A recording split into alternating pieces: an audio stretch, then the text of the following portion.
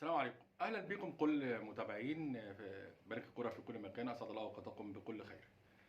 برضو زي ما عملت مع الزمالك لما فاز بكاس الكونفدراليه، وقلت ان الزمالك هيفوز 1-0. لكن الحقيقه انا توقعت ان الاهلي هيكسب 3-0، لكن الاهلي خذلني يعني 3-0.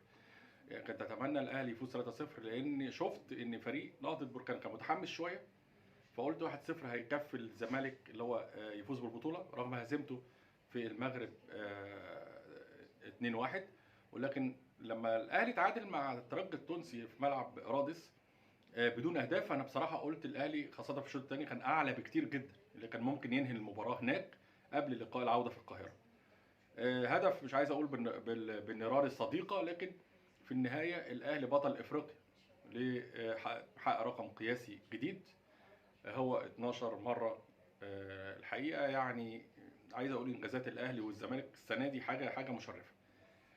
في النهايه بقول لجمهور الكره المصريه بصفه عامه الف مبروك، وجمهور النادي الاهلي العظيم الف الف مبروك، واداره النادي الاهلي زي ما باركنا لاداره النادي الاهلي وجمهور نادي الزمالك ولاعيبه الزمالك وكل من يحب نادي الزمالك. انا بقول لكل الاهلاويه في كل مكان في الكره الارضيه، في مصر وخارج مصر، في الوطن العربي وفي افريقيا، في كل مكان في العالم كله، بقول لهم الف مبروك زي ما قلنا للزمالك. وتوقعت ان الزمالك هيفوز عشان هو كان بيلعب الاول، فقلت هيفوز على نهضة بركان وهيفوز بالكونفدراليه، وده حصل.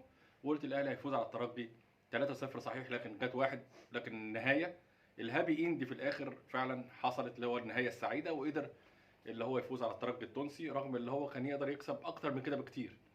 ومش عيب بقى، مش عايز اقول بقى مروان عطيه قله خبره، كان ممكن مش يلبسه، كان ممكن يحصل اللاعب الترجي على بطاقه حمراء لو هو استنى شويه. يعني انت 1-0 ده بقى الاحتراف، ده الاحتراف. لكن عموما الاداء كان الى حد ما متوسط من الفريقين، لكن الترجي ضايع خالص. الاهلي احسن يعني، عايز اقول احسن نسبيا من الترجي التونسي. ده مش مستوى الاهلي، لكن الحمد لله في النهايه ان النادي الاهلي كسب وهيلاعب الزمالك في سوبر افريقيا. اللي يفوز الاهلي يفوز الزمالك مش مشكله، لكن الفايز كل واحد يشجع فرقته، لكن الفايز هو الكره المصريه. الف مبروك للنادي الاهلي، وقبليها قلت الف مبروك نادي الزمالك. وان شاء الله هيبقى مباراه السوبر الافريقي بين نادي الاهلي والزمالك، او بين الزمالك والاهلي، اللي هو يقرر ليها في شهر 9 القادم. لسه هو بيقولوا في الامارات، في طلبه، في قطر طلبه للاستضافه، في السعوديه طلبه لاستضافه السوبر الافريقي، واعتقد هي الاقرب لمباراه السوبر بين الاهلي والزمالك، او بين الزمالك والاهلي. شكرا لكم، ونلتقي في انتصار جديد للكره المصريه. سلام.